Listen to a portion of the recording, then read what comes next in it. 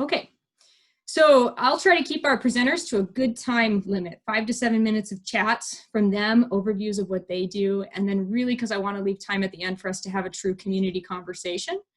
So in a way to kind of achieve that, we're going to use the polling feature if you haven't used it before, but I'm going to launch a poll. And then if everybody could just go ahead and let me go ahead and put it up there. Everyone should now see a poll here. What category best defines your role in the community? And I know this is probably not an easy answer. Some of you could collect, mark 5 or 6 of them, but which one you think best fits your role, so we can kind of see who's here, who's represented. This is all anonymous, so don't worry if you were concerned about that.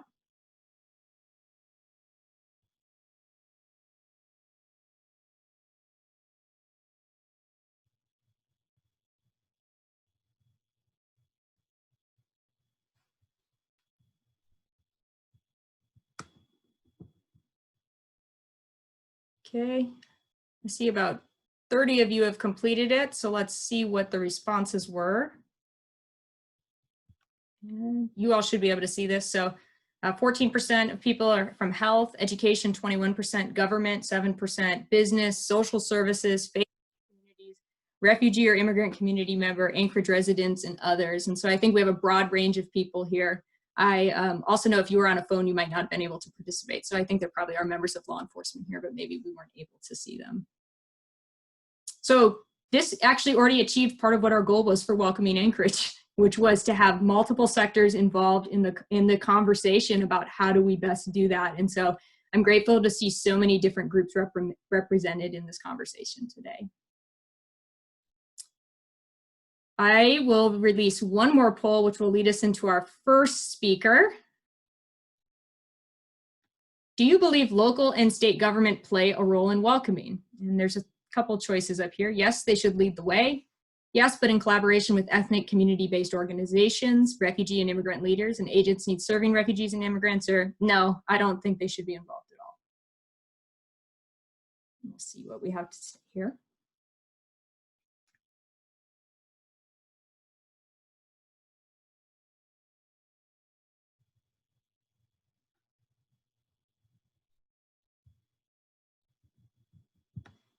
And what is something that never happens, we have 100% of consensus. So I applaud Anchorage in that. I don't think there's ever a right answer, but I think it's clear that our community believes that government plays a role, but they're not the leaders of this. And so I think probably the people that are on this panel might speak to that a little bit. I can tell you as the director of RAIS, I believe that's also true, that the government certainly plays a role in making sure policies and laws and access to services are available to our clients, but they might not always know the best way to do that without input from others. So that will lead us into our very first panelist, which is, it would have been Mayor Ethan Berkowitz, but unfortunately Ethan is busy with a pandemic, as we're all aware is still occurring and going on. And so he is today kind of covering that with a press conference, so he wasn't able to join us. But I am really grateful to the mayor's office because they did, and Ethan did spend the time to share a video with us. So I'm going to play a video really quickly, and then Shannon Kuhn from the office of the mayor's, from the mayor's office will share a couple words.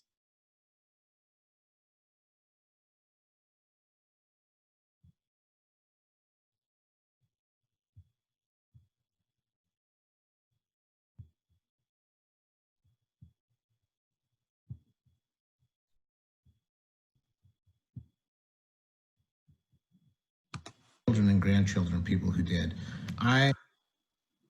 Thanks for celebrating World Refugee Day. I wish I were there in person with you because there's so many things I want to say. This time is a time for us to reflect on the fact that many of us either came directly from other places or the children and grandchildren, people who did.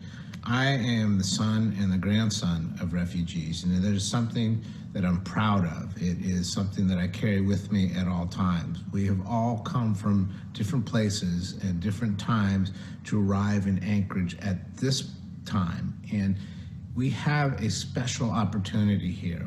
There is a lot of unsettlement in the world today. There is a lot of division. There is a lot of concern about a pandemic and the economy and social unrest. But I think here, where we get to know one another and get to appreciate one another, we have the chance to show the rest of the country and the rest of the world that different people can come together, that we can live together, that we can raise our children together, and we can do it in a way that is safer and better. We have a long ways to go to get to be the kind of place that we want to be, but I think mostly our hearts are in the right place, and that is going to make a huge difference coming forward. So this is our Anchorage, and this is our time. World Refugee Day is a time for us to remember the injustices that exist around the world, but it is also a time for us to reflect on the hope that exists and the fact that here each one of us has the chance to make a difference. So I'm very inspired to be part of this, and I hope that we're able to continue the welcoming efforts that make Anchorage the place that it is, and I want to make sure that everybody welcomes each one of us, no matter where we are or where we're going. Thank you so much.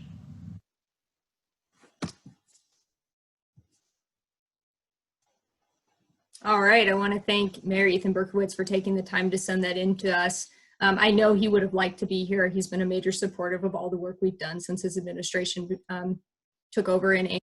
So I'll turn it over now to Shannon Kuhn, Special Assistant to the Mayor, to share a couple words. Thank you, Issa. Hi, everyone. My name is Shannon Kuhn.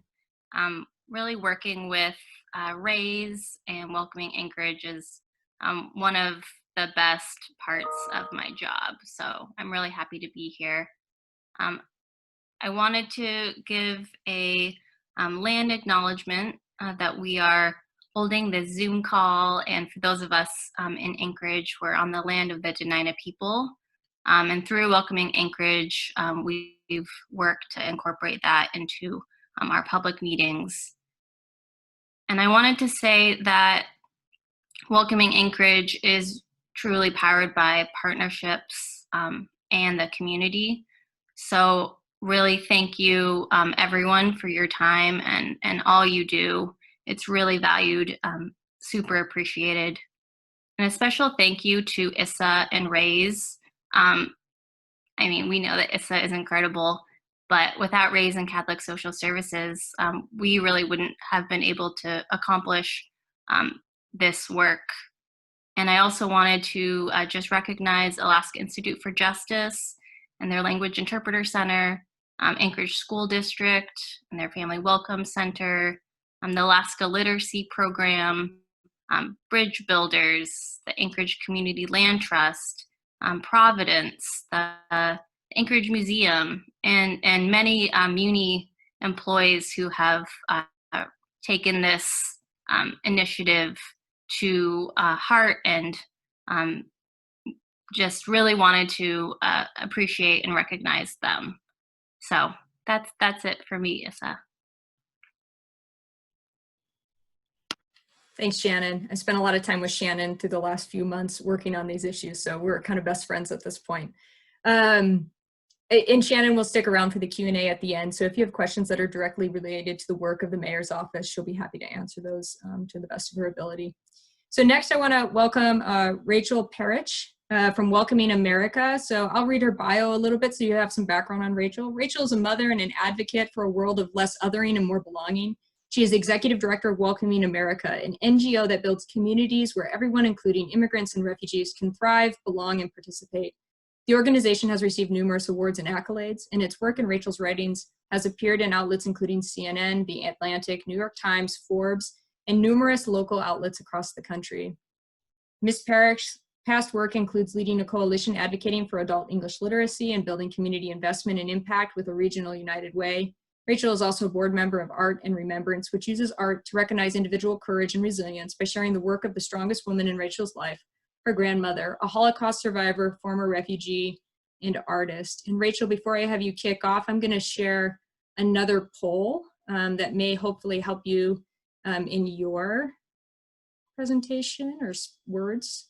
So just want to share this poll. Are you familiar with Welcoming America? And a couple choices. Yes, I'm familiar with their work and often utilize their resources. A little, I know it's in some way related to Welcoming Anchorage, or no, I have never heard of Welcoming America.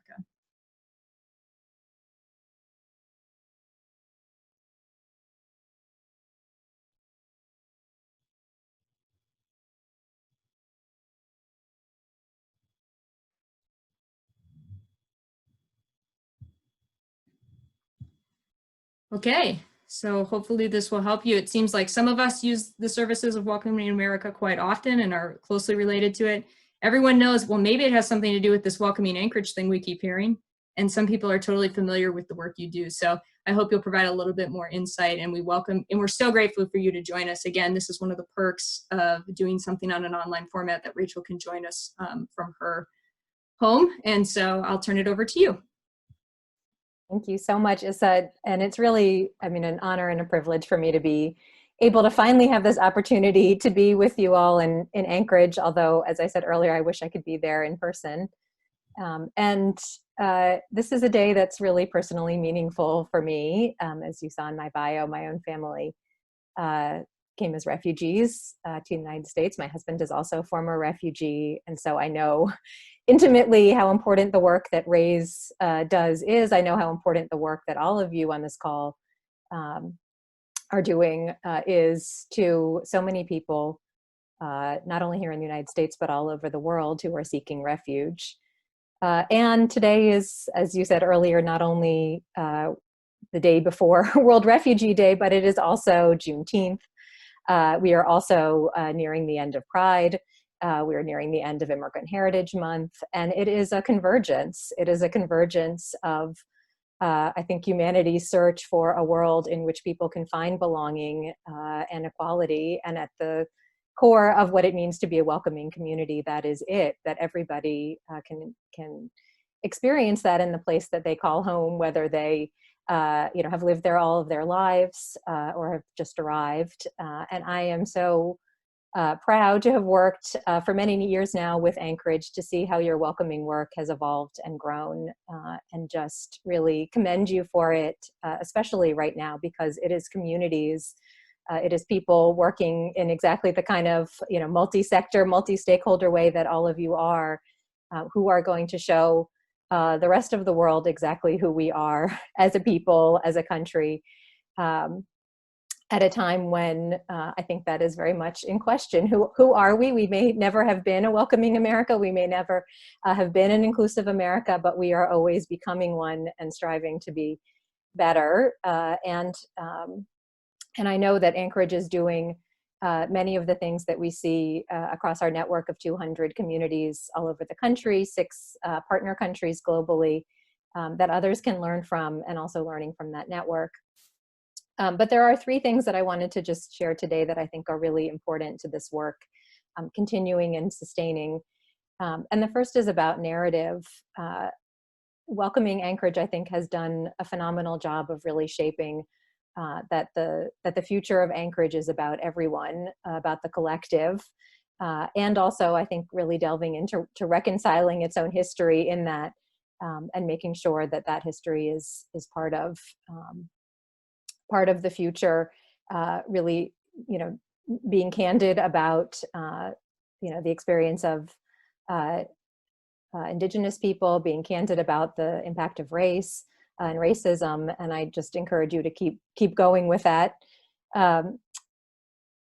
Anchorage has also, I think, done a powerful job in really situating neighbors and the importance of building trust in this work. You're building trust just in the kinds of groups that you have on this call and who's involved in the work, but also at an interpersonal level, really helping people develop relationships. And we know that at a one-on-one level, that is what it really takes to overcome the biases that really hold us back as individuals and as a society.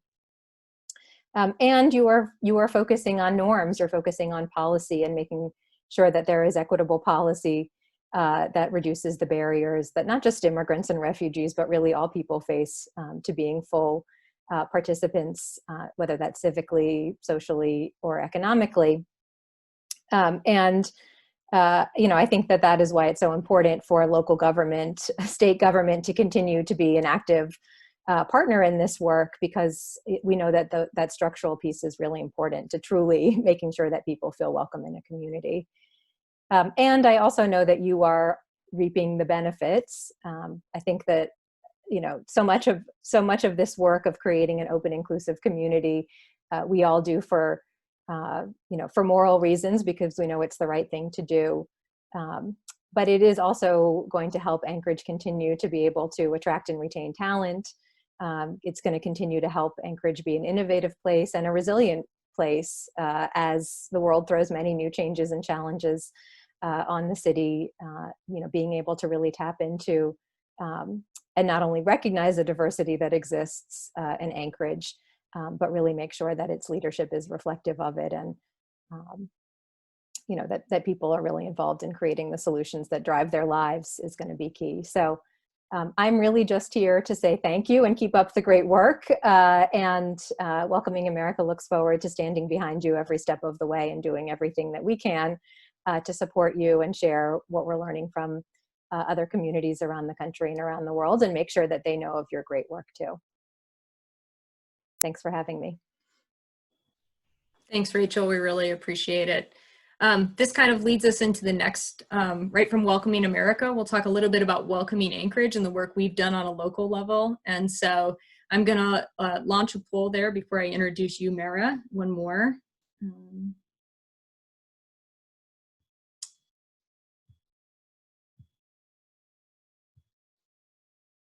So on a local level, have you previously attended a Welcoming Week event in Anchorage?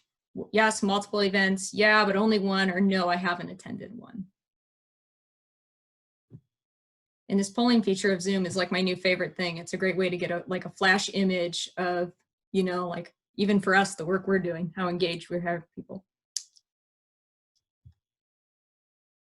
So pretty good. Over 50% of you have attended multiple events. Probably, I hope, a pop-up restaurant at the Welcome Center was one of those events you attended.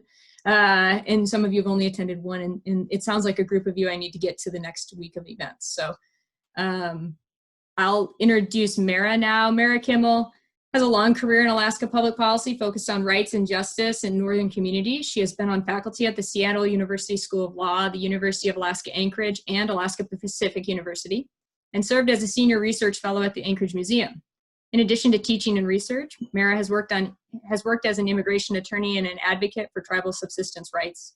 Since 2015, Mara has been involved with several city initiatives focused on equity, resilience, and combating human trafficking. She currently leads the Welcoming and Resilience initiatives at the Municipality of Anchorage and chairs the National Board of Directors for Welcoming America, serves on the Regional Advisory Board for the Anti-Defamation League, and is board president and co-founder of the Alaska Institute for Justice. Mara was a member of the State of Alaska's Climate Action Leadership Team and chaired the advisory committee for the 2019 Municipality of Anchorage's Climate Action Planning process. Mara has a PhD from Central European University, a JD from the University of Minnesota School of Law, a master's degree from the University of Alaska Fairbanks, and a bachelor's degree from the University of California, Berkeley. And on top of all that, her and I have a great time doing presentations together. So I'm always grateful for her every time she says yes to me when I keep asking her to do it. So I look forward to her sharing something a little bit about Welcoming Anchorage. Well, thanks for that last bit, Issa. I was going to proclaim a little bit of jealousy about your description of Shannon as your new best friend. So I love the personal piece of that. So thank you very much. And I would like to thank the speakers who went before me. I would really like to thank Issa and RAIS and Catholic Social Services for every year reminding us about the acknowledgement of the importance of refugees and immigrants in our community. And I'd really like to thank all of the people who are participating here today. And yes, there are benefits to the technology that we are adapting, because again, I'm really incredibly excited and honored that we're able to have people from the National Refugee Network that you represent, Issa, with us today, and also people like Rachel Peric and the amazing work that she does at Welcoming America. It's our real first chance, I think, to have her get a glimpse of the work that we're doing here, and I'm incredibly proud of that.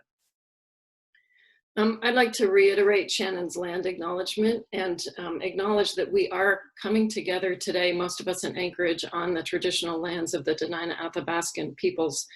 And that's a really, really critical value that we hold at Welcoming Anchorage.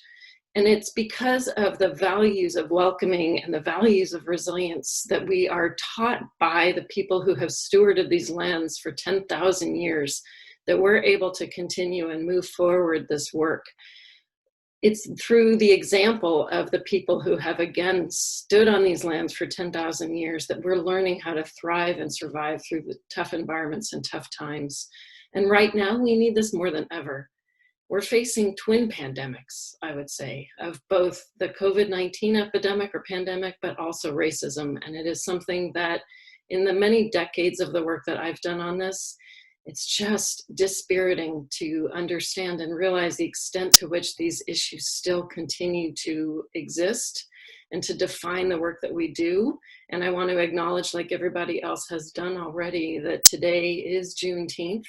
I appreciate Rachel's reminders too of the confluence of other days and moments in time that we are honoring and recognizing the struggles that so many of us have had, and that hopefully those struggles can continue to inform the work that we're all doing. You know, I was reflecting on comments that I was able to make last year at World Refugee Day when we could dance, and I missed that as well. And I was thinking about, you know, last year at the same time I had just gotten back from working on the southern border and working in a prison where we are continuing to hold families, moms and their children who are fleeing persecution in their home countries. And I was really angry, honestly, at that time. And I was really angry at the idea of celebrating the notion of being a refugee, because I think that instead of celebrating something as horrific as circumstances that cause people to flee, what we need to be doing in this time is acknowledging refugees, honoring the amazing resilience that people have, and vowing and recommitting to making sure that each and every one of us can take the steps and the actions that we need in order to eradicate the root causes of what creates refugee flows. And we should all be committing right now to make sure that World Refugee Day is a relic in our past. And it is not something that we can look forward to celebrating in years to come, but rather that we can tuck in our history.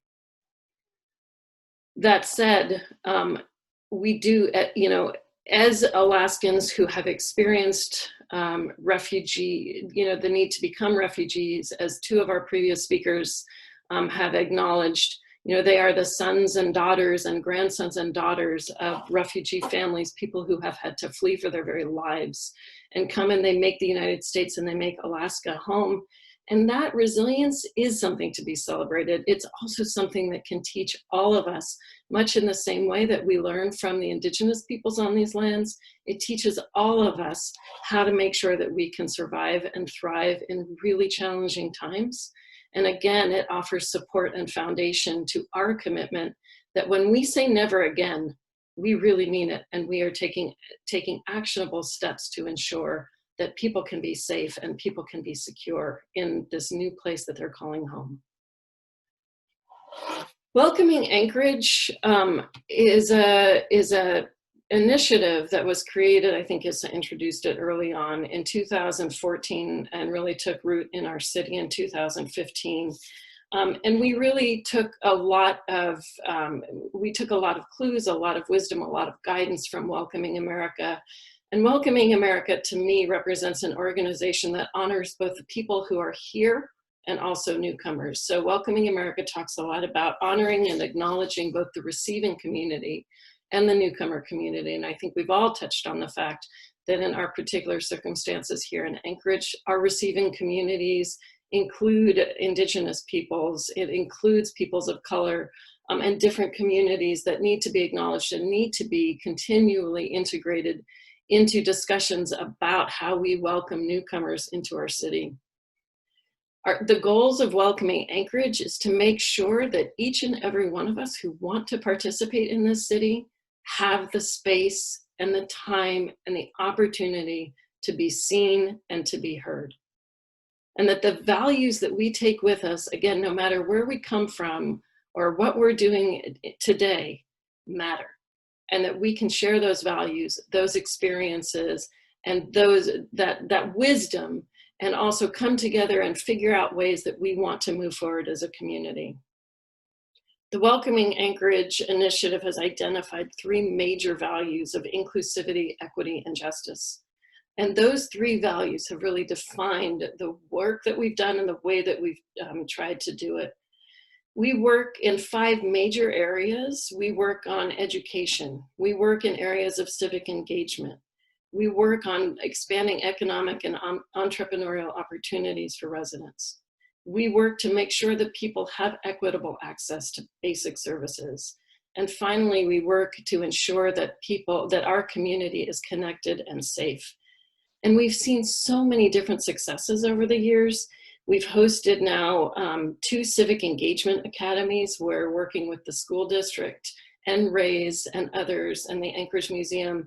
We've been able to bring high school students all over the city to expose the city to what it means to have a refugee experience, but also expose young kids to potential career ideas and what it takes to make a city and make the city work. We've worked with the Anchorage Community Land Trust and the literacy program to make sure that we can expand employment and entrepreneurship opportunities for residents in our city, and to make sure that we can stem the phenomenon of brain waste, which is this idea that we have really smart, educated, experienced people in our community, but oftentimes there are these barriers that keep people away from fully engaging in our economy and our civic institutions. We've done first time ever economic research that document the actual financial contributions and the financial importance that newcomers play in our community. And we've shown some incredible numbers. $500 million of the city's gross domestic product is because of newcomers. We've worked with arts and cultural institutions to make sure that the immigrant voices and experience and the refugee voices and experiences are portrayed in that sector. And we're working to imagine new futures together. And so I know that one of the things that we talk about when we talk about diversity and when we talk about days like Juneteenth and World Refugee Day, oftentimes we use the term celebration. And I know through my amazing work with Issa, I just want to again extend my gratitude and my acknowledgement for Issa's hard work to make sure that that word celebration doesn't stop there, that the hard work of making sure that we activate this diversity matters. And I think that in all of the work that we're doing in Welcoming Anchorage, it's taken with that in mind, that we need to move from celebration to action. We still have so far to go. And I think, again, as I said earlier, the fact that so many of us are still in these areas and doing this work really speaks to that. So we know that we're far from done. The city itself is beginning to look at different ways that we can embed equity into our city government infrastructure. And again, we look to our partners, our national partners like Welcoming America, to get ideas about the ways that different cities are doing that kind of work. How are we building infrastructure, much like we talk about ports and roads and things like that, structures? Equity is just as much a part of that conversation and needs to be just as much a part of that conversation. And so we're grateful to our national partners and our local partners for helping us do that. So today, we're honoring the lessons that immigrants and refugees teach us and teach the world. We're honoring the fact that we need to be kind to each other because we never know the experiences that brought us all to where we are today. We're honoring the right that we all have to be safe. And we're honoring the opportunity for the change that we can all make by working together. So remembering all of these variables and all of these needs and rights and opportunities, I hope that you'll join me in hoping that one day our celebration of World Refugee Day can be something that is a relic of our past and doesn't define our future. Thank you so much. Thanks, Mara. Thanks, I really appreciate that. I will still host a World Refugee Day celebration, but it will just be me dancing with my friends at that point instead of us welcoming new arrivals. Our next panelist is Bruce Bustamante. Bruce is the president of the Anchorage Chamber of Commerce and has lived and worked in Anchorage for over 28 years. Previously, Bruce was vice president of community and public affairs for Princess Cruises, where he served for 8 years. Prior to that, Bruce was president and CEO of the Anchorage Convention and Visitors Bureau, now known as Visit Anchorage, where he served in that capacity for 7 years. Bruce also worked for Alaska Airlines as regional sales director, where he managed 3 sales offices in Alaska from 1992 to 2000. Bruce worked for Alaska Airlines for 17 years and lived and worked in Seattle, Tucson, and Los Angeles before moving to Alaska. Bruce has served as chair of the Anchorage Chamber of Commerce, Anchorage Convention and Visitors Bureau, and the Alaska Wildlife Conservation Center. He continues to serve on the Alaska Department of Labor's Workforce Investment Board, Anchorage Economic Development Corporation Board of Directors, and is chair of the University of Alaska Anchorage Chancellor's Advisory Board. Bruce holds a bachelor's degree in business administration and marketing from the University of Alaska Anchorage. Thanks so much for being here today, Bruce. Oh, thank you very much for the invitation. This is obviously very important to business, very important to the Chamber of Commerce. And I must lead in to say that my grandparents were immigrants to the United States. And my father was very involved in helping other people that were coming to the Pacific Northwest in particular get jobs and feel at home. So I've grown up around this in my younger years. But I want to talk a little bit about the Chamber of Commerce and what we're doing, the importance we see in diversity. And, looking at our own organization, we saw tremendous areas for improvement. We often are reminded what a diverse community Anchorage is, with numerous different languages being spoken, a number of different ethnicities that call Anchorage home. Yet when we looked at ourselves at the Chamber, do we really reflect that? And so we've decided that you really need to get to that point of diversity and direct reflection of the community, but it was happening really too gradual for us. So we took a more deliberate role, and with the support of the Rasmussen Foundation and Alyeska Pipeline, excuse me, we created they provided funding for us to create a diversity initiative and actually hire a diversity coordinator. I'm so proud to be able to work with Dr. Jocasta Alt, who's really taken this and developed it much greater than we could have anticipated.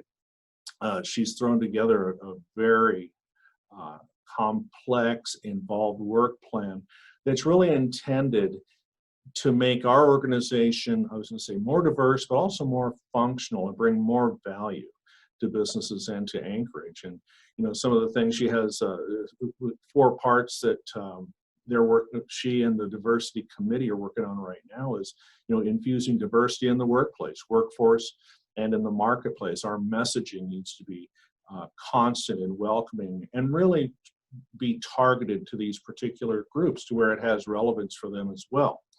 Also, the committee is working on concerted efforts to recruit qualified employees from traditionally underrepresented groups. I thought that was very well worded as they came out with their initiatives. And again, going into places that we haven't been before to provide value to those that need help. Get more deeply involved with minority-owned enterprises, consumers in the regional economy, and recognize enormous purchasing power of minority groups. And certainly since this time, which has been the last 2 years that we've been working with this initiative, we've seen really more and more data showing the economic impacts here in Anchorage of the diverse ethnic business community. And also it's caused us to reach out and get counsel from them. And we can come in and say, well, we're going to be more diverse. We're going to do this to appeal to this group and do this a little bit differently to appeal to that group. But we really needed to hear from them and take it to, don't just join the chamber, but what brings value. What is it that we can be providing that you need in your particular business organization? But we carry that out even one more step, not just talking to the business owners, but creating a more welcoming atmosphere for people to be involved with the chamber, to where they want to be involved with the Chamber of Commerce. And I think one of the basic tests that we performed on ourselves is to look at our committee makeups and look at our board of directors makeup and say, well, if a person of a different ethnicity were to look at our group, would they feel like, well, I'm welcome to go in there? These people would be welcoming to me, and maybe we weren't quite there. We are definitely making definite progress in that area, and being very active in how we recruit board members to make sure that, we're again applying a diversity agenda, or a diversity priority, I should say, and making sure we recruit people to run for board seats. And last year we had 5 openings for 12, and 12 people applied, and it was a very diverse group. The end product added tremendously to the diversity makeup of our board of directors. Then the other areas that we're working on through our diversity coordinator on the committee is on a broader perspective, provide advice and support to businesses, develop and implement diversity and inclusion programs. And this comes back to just the basics of how we build our own programs, whether it's a Chamber Academy, whether it's a Make It Monday forum. Are we reaching everyone we need to reach? And Dr. Alp has provided great guidance for us there. And this helps augment member retention and recruitment strategies. It gives us a broader audience. We have to earn that. We have to earn those members. So we need to deliver what's important to them. And then to continue evolution of the Chamber's diversity and inclusion standard. And that's really the goal that we all hold right now, is we should have this ingrained into our procedures and into our policies and in our deliverables to the community, that we don't have to focus on it. It's just there. And it kind of takes off on its own, and that is possible. That can happen. When we look at the work of our young professionals group and really how they developed, we put very little structure and very little parameters in front of that group, and they formed and created their organization. And you look at it, and it is a direct reflection of the Anchorage economy. It's very diverse. So anyway, we believe these diversity initiatives, as I mentioned, they were deliberate. They're being effective, and they're going to be around for a long time. And we think this is something that really runs parallel with refugees and with the refugee and immigrant initiatives to make sure it's more welcoming and there are more opportunities. So thank you again for this time. Thanks, Chris. I really appreciate you participating. We have one speaker after this, and then we'll get to Q&A. So before we get to that, I want to just pop in one last poll for you all, which is my favorite poll in the entire one. In the last year, how many times have you eaten a meal with someone who is an immigrant or a refugee?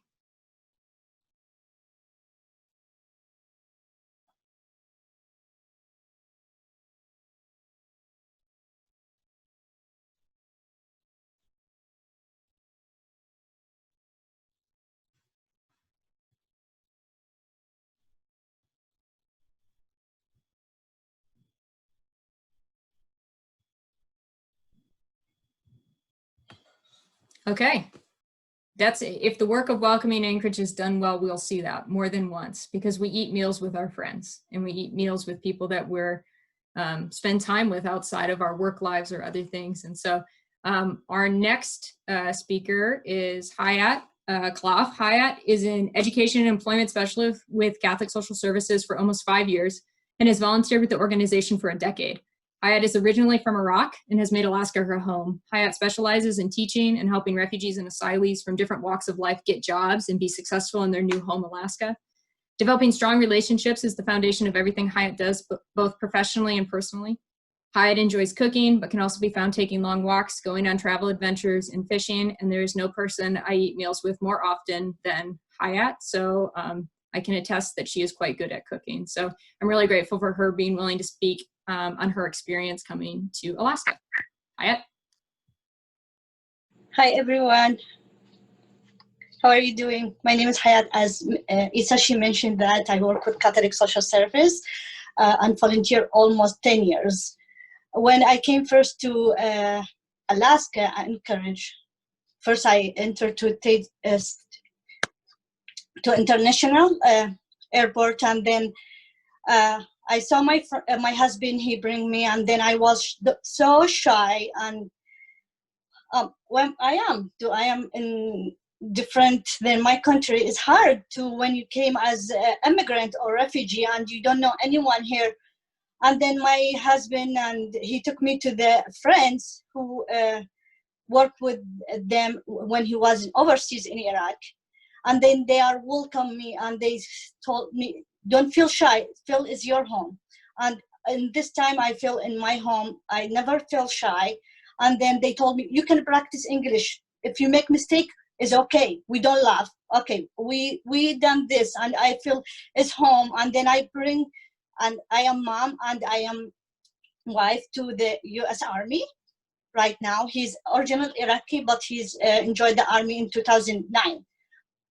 And I have 2 sisters here, and they are refugee. They came 2013 and 2015, and they love to be here in Anchorage, Alaska.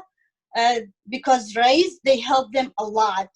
Thank you for everyone who support my family and my sister, and thank you a lot. And when I work with the refugee, I feel like when first I came to United States and Alaska, it's hard because the English, they don't know anyone, the jobs, everything, the culture, the law, they need to learn a lot of things. And if you don't have someone here, it's gonna be hard. But here, they are lucky to have RAIS, and they have Catholic Social Service. I am so happy to be a part of the RAIS program and a part of Anchorage Welcoming. Thank you so much. If you have any question, please let me know. I'm a little bit shy and nervous, but this is how I can do it. That's the first time I've ever seen Hayat be shy ever, so just so everyone knows. In the camera, I'm sorry. All right, so the rest of this time we really dedicated to a Q&A. So I encourage you, if you have a question, feel free to raise your hand in the raise hand feature. We'll try to call on you.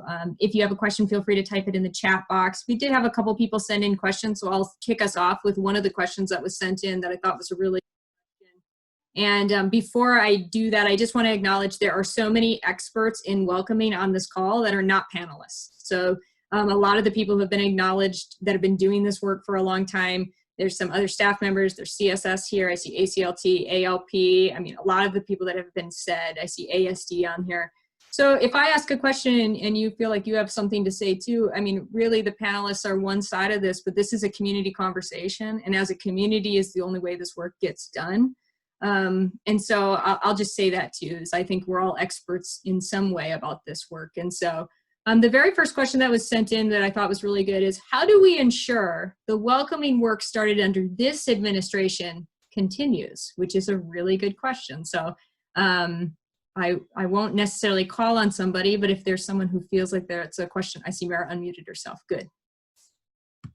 I do just want to reiterate something that I said earlier, that from within the administration, Shannon and I have been working really, really diligently on thinking about this, and we recognize too, I do want to emphasize exactly what you just said, is this is nothing that is done in a vacuum, and this is something that we recognize, we at the mayor's office recognize, you know, going back to your very first question, this has to be a community partnership.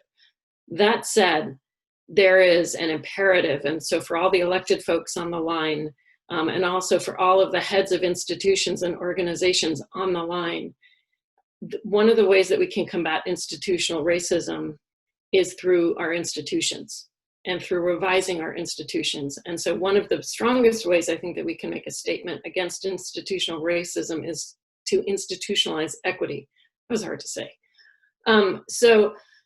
We are looking at taking a very seriously look at the mayor's office, within the mayor's office, and hoping to work with the assembly on how it is that within the city government we institutionalize that. And we hope to have some more concrete steps that we can articulate soon. This is something that has been on our mind from the day that we began the welcoming work. So thanks for that question. It's great. It is not just the city, but the city definitely needs to not be delinquent in its duties. Thanks, Mara. I see another question in the chat box, and I also see Katie Bisson on this call, so I'll say some brief words, and then if Katie doesn't mind taking on part of this question, I would appreciate that. Can you explain how RAIS works with ASD in the Newcomer Center, please, and whether or how parents as well as students are engaged? And so I'll speak on the RAIS side of that. So RAIS has long had a very good relationship with ASD. ASD, of course, has made some changes in recent years. It hasn't always looked the same, but I would say consistent throughout that has been a long-standing partnership between us and ASD, the Newcomer Center, to really ensure that refugee children are welcomed quickly into our public school system and also provided the resources that they need. And so That has looked in the past as RAIS teaching what we called parents class on Saturdays, which was about like, how do I read a report card, and how do I go to parent-teacher conferences, and how do I request interpretation for my child, in partnership and taught alongside ASD, to like really having one-on-one conversations. Right now, we just enrolled youth in the Anchorage Museum summer camps with some funds we had from our federal partners. Because summer school didn't happen. And so summer school has always been a key component of ASD students and our refugee youth. And so we got them into some services and partnered with ASD to talk about what did they need that they weren't getting from the school. So they got Chromebooks from the school, but they didn't get headphones. So we did our side to get headphones for them. And so we really rely on ASD and our partners over there to fill in the gaps on maybe where we have a resource that they might not have. And I'll also let Katie from ASD, and I see other members of ASD on the call. They're welcome to chime in. I just know Katie spends a lot of time in partner meetings with me and always attends, and so she might have some other words to add. Yeah, I think that's a great question. And as Issa explained, there's been kind of, you know, different levels of formalized partnership, and then a lot of informal work that's happening too. So for those who are not familiar, ASD has the Family Welcome Center, which is designed for the purpose of helping support families, immigrants and refugees who are entering into the community with school-age kids. And our goal is to help them navigate the educational process and help make sure they know what their options are for their student placement and the resources and programs available, but also to make the community connections for them and help with wraparound supports and referrals. The partnership with RAIS has been great in the sense that we have, through colleague Paige Petter, who has been working specifically with you know, the RAIS families more so than I. We both work with the organization and the refugee families. I've worked more directly with the kind of non-RAIS identified immigrant families, but we work together, you know, and we're a team. So.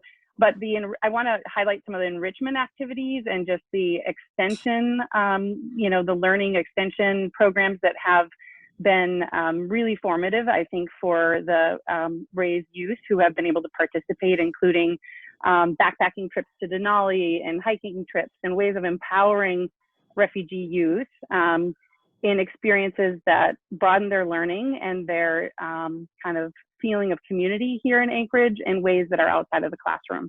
So Mara mentioned the Youth Civic Engagement Academy, which is an example of that. So in ways both civic, community, active, to get to enjoy our state, I think there's been some really powerful partnerships. In terms of engaging students, we've had former participants in those sorts of programs come back and serve as mentors and to help recruit and help support other new participants in activities that have otherwise maybe seemed scary and kind of out of bounds.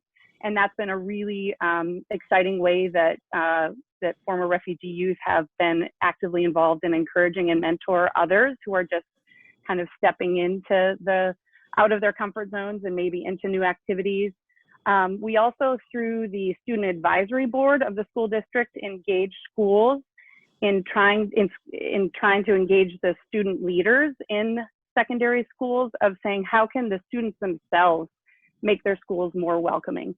So we guided them through rubrics and self-assessments and offered support and challenge to the Student Advisory Board members, knowing that we as adults can only do so much, but really when it is peers taking on that initiative to say that we want to make our schools more welcoming and how can we do that as peers, that's where some powerful things happen. So there's room for growth and more activity, but I think we've made a good start in along those channels. Thanks, Katie. I appreciate you jumping on the spot for me. I thought you would do it for me. Oh, okay. I see another question that came in that would probably be the last one we'll cover. How has RAIS in Anchorage been impacted by reductions in U.S. refugee, oops, it disappeared on me. How has RAIS in Anchorage been impacted by reductions in U.S. refugee acceptance number in recent years? So as many of you might be aware, the number of refugees arriving to the U.S. has decreased in recent years. And that's not just locally here in Anchorage, but across the nation. And This year, even before the pandemic, we were going to have the lowest refugee arrivals in history, with 18,000 being the cap on the presidential determination. And so that certainly has impacted the work we do. I mean, new arrivals has long been the work of RAIS. I mean, I really think for a long time there were so many arrivals coming that we were so focused on new arrivals that I'll say one of the positive sides, and I think if you work with me a lot, you'll hear me always try to find the positive side of something. For a long time, we were missing those people at year 3 and 4 that could have used just a little bit more help to get a job upgrade, to do a little bit better, to like really set themselves up for home ownership and other things as they go to exit the refugee resettlement program, where we're able to serve people for up to 5 years. And I'll say Anchorage has really, in RAIS, taken a spotlight on that population and said, how can we do it better? And I just pulled the most recent statistics from our employment team here, and we had the highest wages, starting wages we've ever had in Anchorage in the last 6 months, right? Some full-time jobs, average wage was starting way beyond, minimum wage. And that's a testament to how RAIS and other partners in the city have said, how can we get job upgrades for people? How can we take highly skilled, we've resettled a number of members from the former Soviet Union, like Russia or Ukraine, who are highly skilled contractors, and how do we get them into jobs that validate those skills, that allow them to earn income in those skills? And so certainly numbers have dropped here, and there are challenges in that, and I want to applaud all of our federal partners who have consistently provided funding to ensure that we can continue to do the work we do. And that includes the Office of Refugee Resettlement. That includes USCCB, who helps us with our reception and placement program. We are still here, still serving people, and we have over 500 people that are still ORR eligible from like 26 different countries in the state of Alaska. So our work is far from done. We look forward to welcoming 150 people a year like we used to. We certainly look forward to that, but we know right now that's probably not a reality for lots of reasons, including a pandemic. So that leaves us with just a few minutes. I see, is Kirk clapping or asking a question? Because I'd like him to ask, I'd like to have his child ask a question perhaps. Des has been giving you a lot of positive feedback, Issa. Good, Thank you. I'm happy. Conversation. I'll just ask one more question because I think we have time for it, and it was sent in to me, and I think it's a good ending question when we talk about advocacy. Someone wrote in their question, what steps can we take to make our federal government do more and help more refugees? And what I think that question was really getting at is we've talked a lot about local and maybe even a little bit about our state and some questions about the federal program. So I'll give really briefly that if you go to the CSS Alaska website for World Refugee Day, you'll see that on there, one of the advocacy things we said is send a letter to Senator Murkowski and Senator Sullivan. And we already wrote the letter. You can print it out. You can sign your name on it. I want to thank Senator Murkowski's office, who submitted a video. If you go on our website, you'll see she sent a video in to celebrate World Refugee Day with us, and has been a great partner to us. And so that's one thing we all can do. We can advocate and talk about the program. And I will also let others chime in here. I see Mara with her hand. Go ahead. Issa will roll her eyes at this, but I just want to also point out the idea that refugee is a very specific term.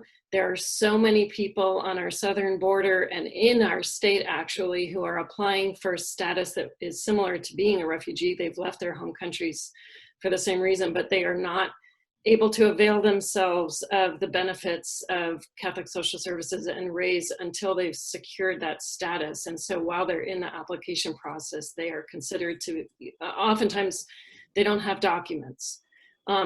Immigration reform is vital. And it's not just the realm of supporting accepting more refugees. It is making sure that things like DACA, and we had a huge victory yesterday in the Supreme Court, but now the work truly begins to make sure that our congressional delegation comes together and really supports good immigration reform that will keep Alaska families together.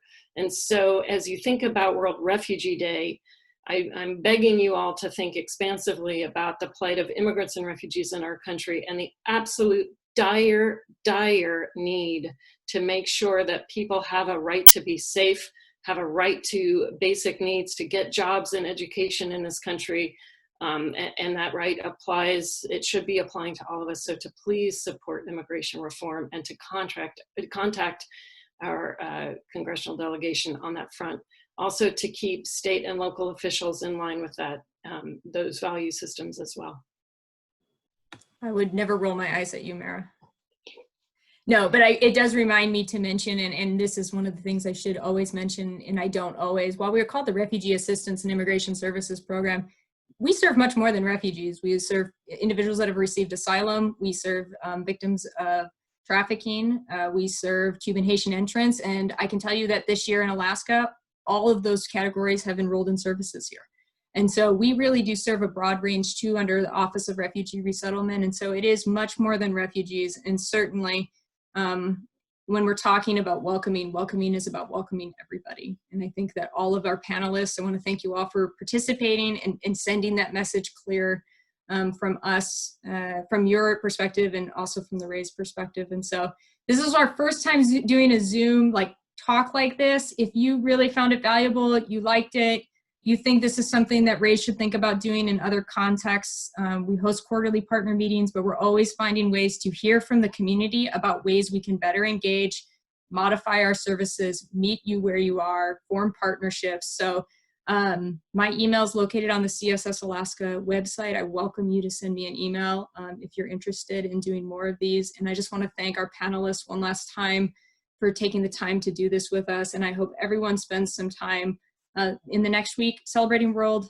Refugee Day with us. And a big applaud to the local Anchorage Assembly and the Mayor's Office, who both issued proclamations, which you can see on our Facebook page today to celebrate this. So thanks for spending your lunch hour with us. I appreciate everyone on the call. Thanks. Thank you. Thank you all.